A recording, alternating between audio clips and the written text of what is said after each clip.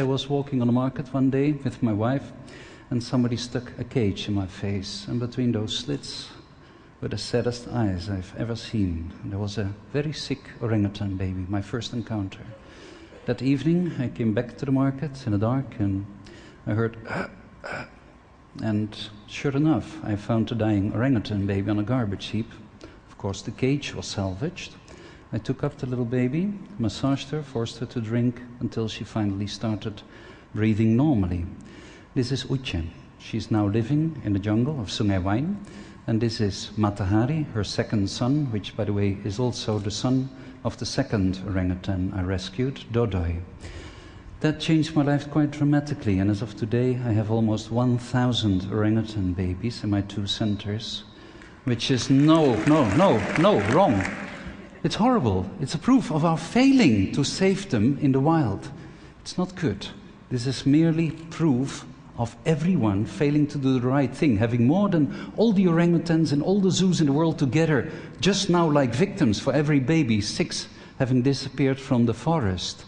The deforestation, especially for oil palm, to provide biofuel for the Western countries, is what's causing these problems. And those are the peat swamp forest on 20 meters of peat, the largest accumulation of organic material in the world.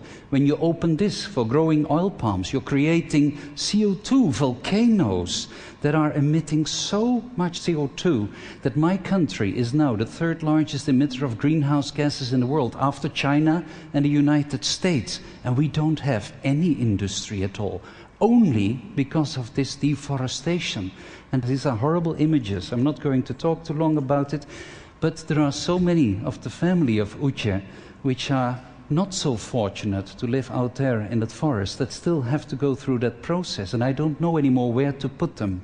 So I decided I had to come up with a solution for her, but also a solution that will benefit the people that are trying to exploit those forests to get their hands on the last timber, and that are causing in that way the loss of habitat and all those victims. So I created the place Samboja Lestari, and the idea was, if I can do this on the worst possible place that I can think of, where there is really nothing left, no one will have an excuse to say, yeah, but no.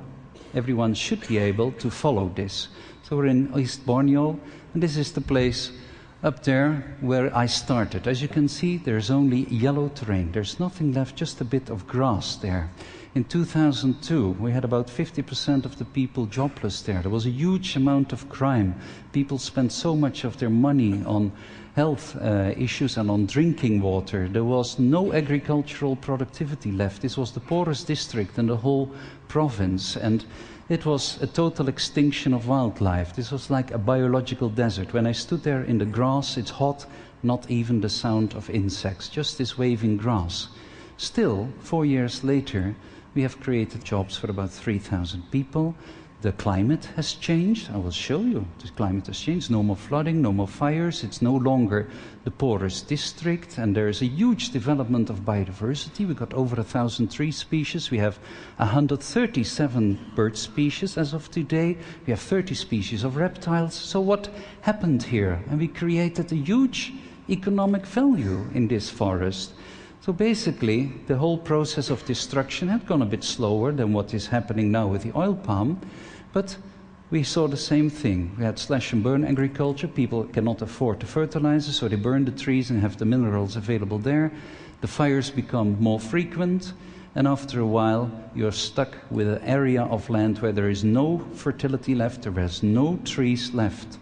Still, in this place, in this grassland, where you see our very first office there on that hill, 4 years later, there's this one green blob on the Earth's surface. And there's all these animals, and there's all these people happy, and there's this economic value. So how is this possible? It was quite simple. If you look at the steps, we bought the land, we dealt with the fire, and then only we started doing the reforestation by combining agriculture with forestry. Only then we set up the infrastructure and management and the monitoring, but we made sure that in every step of the way, the local people were going to be fully involved, so that no outside forces would be able to interfere with that the people would become the defenders of that forest. So we do the people, profit, planet principles, but do it in addition. A sure legal status, because if the forest belongs to the state, people say, it belongs to me, it belongs to everyone. And then we apply all these other principles like transparency, professional management, measurable results, scalability, replicability, etc. What we did was we formulated recipes, how to go from a starting situation where you have nothing to a target situation. And you formulate a recipe based upon the factors that you can control, whether it be the skills or the fertilizer or the plant choice, and then you look at the outputs and you start measuring what is coming out. Now in this recipe you have also the cost. You also know how much labor is needed. If you can drop this recipe on the map, on a sandy soil, on a clayey soil, on a steep slope, on a flat soil, you put those different recipes. If you combine them, out of that comes a business plan, comes a work plan, and you can optimize it for the amount of labor that you have available or for the amount of fertilizer you have, and you can do it.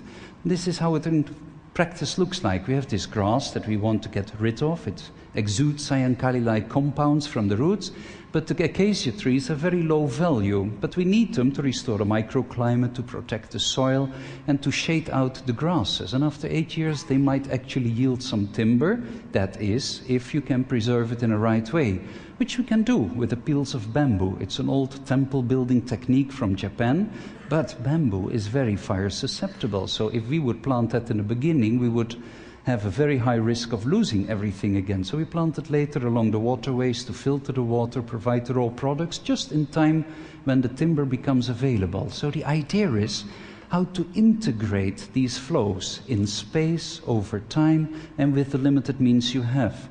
So we plant the trees, we plant these pineapples and beans and gingers in between to reduce the competition for the trees. The crop fertilizer, organic material, is useful for the agricultural crops for the people, but also helps the trees. The farmers have free land, the system yields early income, the orangutans get healthy food, and we can speed up ecosystem regeneration while even saving some money.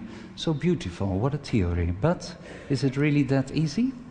Not really, because if you look what happened in 1998, the fire started. This is an area of about 50 million hectares. January, February, March, April, May.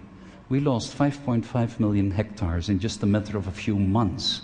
And this is because we have 10,000 of those underground fires that you also have in Pennsylvania here in the United States. And once the soil gets dry, during a dry season, you get cracks, oxygen goes in, flames comes out, and the problem starts all over again. So how to break that cycle? Fire is the biggest problem. This is what it looked like for 3 months. For 3 months, the automatic lights outside did not go off because it was that dark. We lost all the crops. No children gained weight for over a year. They lost 12 IQ points.